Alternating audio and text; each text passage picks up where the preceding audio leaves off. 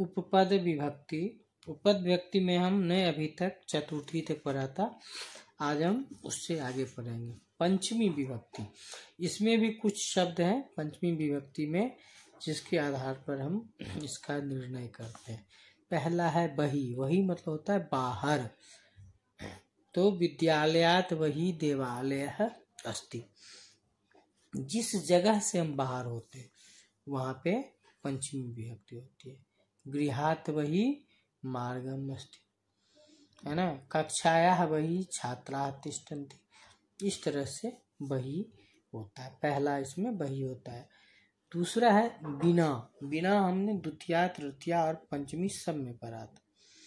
तो बिना होता है मतलब मना करना, है ना, नहीं के अर्थ में बिना, विदाउट। संस्कृत में बिना और हिंदी में बिना होता है।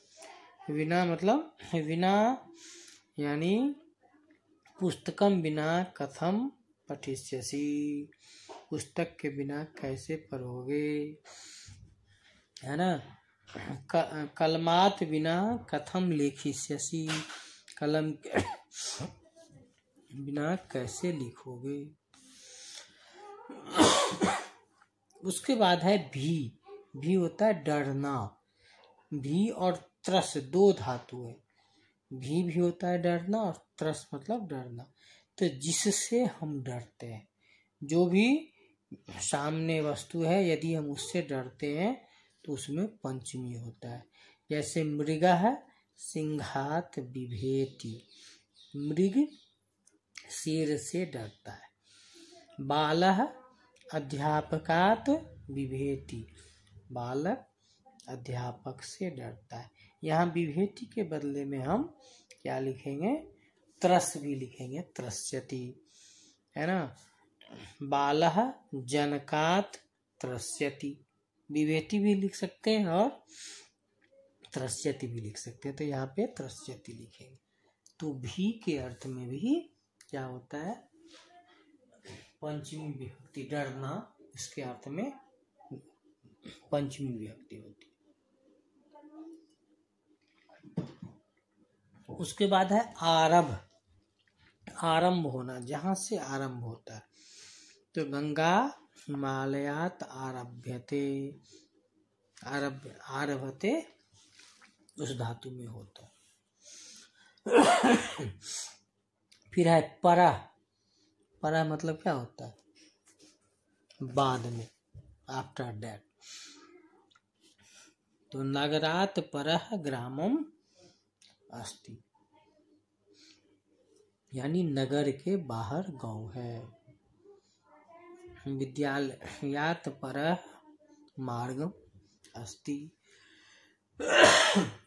इस तरह से इसमें नगरात होगा।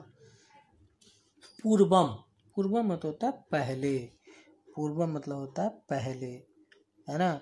एक पूर्वम मतलब होता है, क्या कहते हैं, दिशा, पूरब, ईस्ट।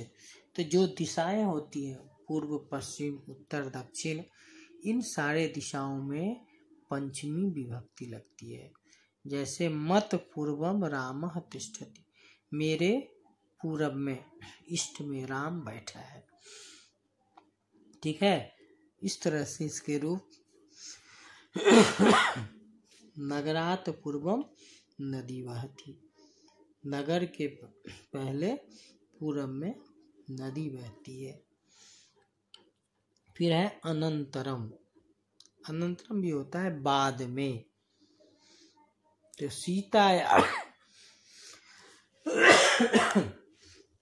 सीताया अनंतरम लक्ष्मणः आगच्छत। सीता के बाद लक्ष्मण आता है। यहाँ अनंतर मतलब बाद में।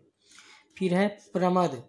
प्रमद मतलब होता है ना, मना करना। सपाठात प्रवाद्यते, यानी कि वह पाठ पढ़ने से, है ना, मना कर रहा है, अलग हो रहा है प्रमाद में। फिर है तरफ। तरफ प्रत्यय है, जब दो की श्रेष्ठता बताई जाती है, कोई बड़ा है कोई छोटा है। तो लक्ष्मण रामात लघुतरः आसीत्। तो राम से छोटा है, लक्ष्मण राम से छोटा है। तो यहाँ पे तरब प्रत्यय लगा, तरह बना, पुल्लिंग। फिर है रीते, रीते मतलब मना करना। त्वम मद रीते कथम गमिष्यसि, बिना मेरे बिना कैसे जाओगे। उसके बाद है कई ऐसे शब्द हैं, दक्षिणतः, वामतः, इस तरह से जो शब्द होंगे वह क्या होगा, नगरात दक्षिण हिमालय अस्ति, नगर के दक्षिण में हिमालय है। ठीक है, इस तरह से ये सारे शब्द जो है वह पंचमी विभक्ति के अंतर्गत आ जाता है। ठीक है, तो पंचमी विभक्ति में हम इतने 5-6 जो है उसको पढ़ेंगे और इसके बाद हम आगे दूसरा पढ़ेंगे। अब है षष्ठी विभक्ति। निर्धारणे, निर्धारण यानी किसी की जब हम कंपेयर करते हैं, तुलना करते हैं, उसमें षष्ठी विभक्ति होती है। जैसे कवियों में कालिदास श्रेष्ठ हैं, तो हमने कहा कवियों में, तो कवियों में सप्तमी हो गया तो कविषु। तो यहाँ पे निर्धारण में षष्ठी और सप्तमी दोनों होता है। तो कवि नाम कालिदास श्रेष्ठ है, कवियों में कालिदास श्रेष्ठ है। फिर उसके बाद है पुरतः, पुरतः मतलब सामने। ठीक है, पुरतः मतलब सामने। तो गुरु पुरतः छात्राः गच्छन्ति, गुरु के सामने छात्र जाते हैं। पृष्ठतः, पृष्ठतः मतलब पीछे, बैक, बिहाइंड, है ना। तो वाहनस्य पृष्ठतः सः अगच्छत्, वाहन गाड़ी के पीछे वह जाता है ना। छात्रा अध्यापकस्य पृष्ठतः अगच्छन्, छात्र अध्यापक के पीछे जा गए। फिर है वामतः, बायां, लेफ्ट, है ना। दक्षिणतः, दायां, इस तरह से दक्षिण भाग हो गया, है ना। तस्य वामतः रमा तिष्ठति, दक्षिणतः यानी दक्षिण भाग में क्या होता है, यानी षष्ठी विभक्ति होती है। फिर है अधा, अधा मतलब होता है नीचे। तो वृक्षस्य अधः, है ना, सः तिष्ठति, वृक्ष के नीचे वह बैठा है। अनादरे, अनादर मतलब किसी का अनादर करना, तो उसमें षष्ठी विभक्ति होता है। जैसे रुदतः बालकः सः अगच्छत्, रोते हुए बालक को छोड़कर वह चला गया। अंतः, अंतः मतलब अंदर, गृहस्य अंतः मा प्रविशः, घर के अंदर मत प्रवेश करो। फिर है ऊपरी, ऊपरी मतलब ऊपर। तो वृक्षस ऊपरी, है ना, वानराः सन्ति, वृक्ष के ऊपर क्या है, बंदर हैं। पुरः, पुरः भी होता है सामने।